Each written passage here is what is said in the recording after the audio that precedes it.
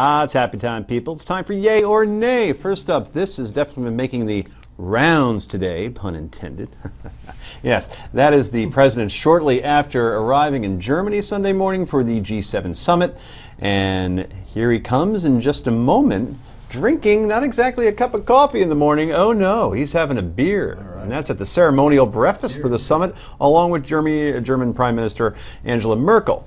Also there, British Prime Minister David Cameron and other world leaders at the luxury spa resort in the Alps. And that's 11 o'clock in the morning. Amen. The president likes it. Obviously very excited about Germany hosting the summit this year, saying, and we quote, "When I first heard Angela was hosting the G7, I was hoping that it would fall during Oktoberfest," which is actually held in September, by the way. "But then again, that's never a bad day for a beer and a Weisswurst."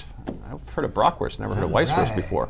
But before everything gets out of control, should be noted that that was a tradition that the president was following. All right, so got that. And it was non-alcoholic beer in the spirit of the 43rd president. Disappointing to me. That part of this deal is a nay. So you already know the question. I've had way too many beers for breakfast to sit in judgment and think this is a bad thing, and I'm very disappointed that it was a non-alcoholic. Okay. Heather, this is called eggs and kegs in my little world. Have you explored that option? Are you a fan of morning drinking?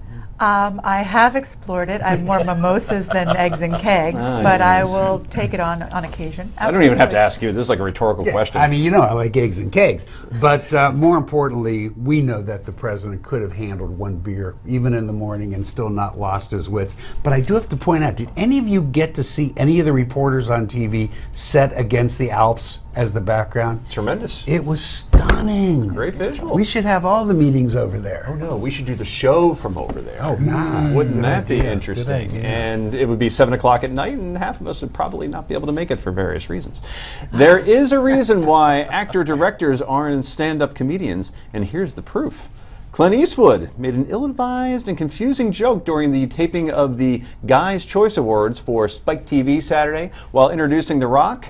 Eastwood mentioned other athletes turned actors, including, quote, Caitlyn somebody, referring, of course, to former Olympian Bruce Jenner, who came out as Caitlyn Jenner on the cover of Vanity Fair last week. Has anybody seen that cover yet? Wow, look at that, in case you missed it.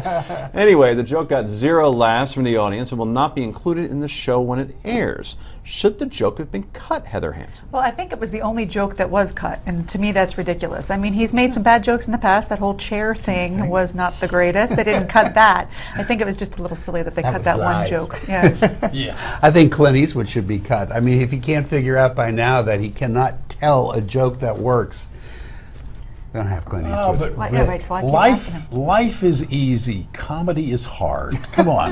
You know, the guy makes a joke that falls flat. It's a taped show. Why not cut it? Dude, when I make jokes that fell flat in my old profession, I got fired.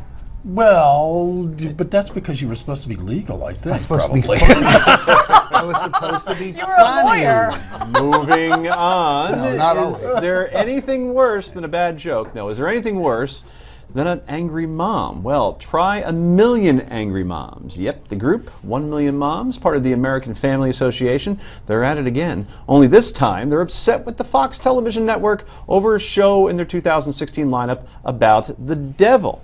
The show, called Lucifer, is about the life of a bored, fallen angel named Lucifer Morningstar, who decides to retire from ruling the underworld and moves to Los Angeles to open an upscale nightclub. I thought that was Rick's story. Anyway, 1 Million Moms is upset because they feel the show and the network are mischaracterizing the devil and departing from the Bible's teaching about him. Should Lucifer be taken off of Fox's lineup, Mr. Hollywood? Well, what's important is whether or not these moms protest.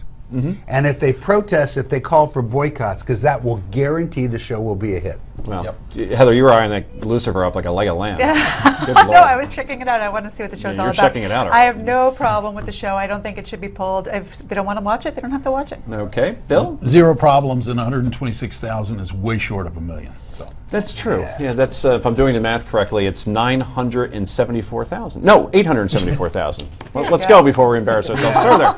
Thank you for joining us tonight, everybody. I'm Joe Concha, Newsmax Prime with J.D. Hayworth. That's next.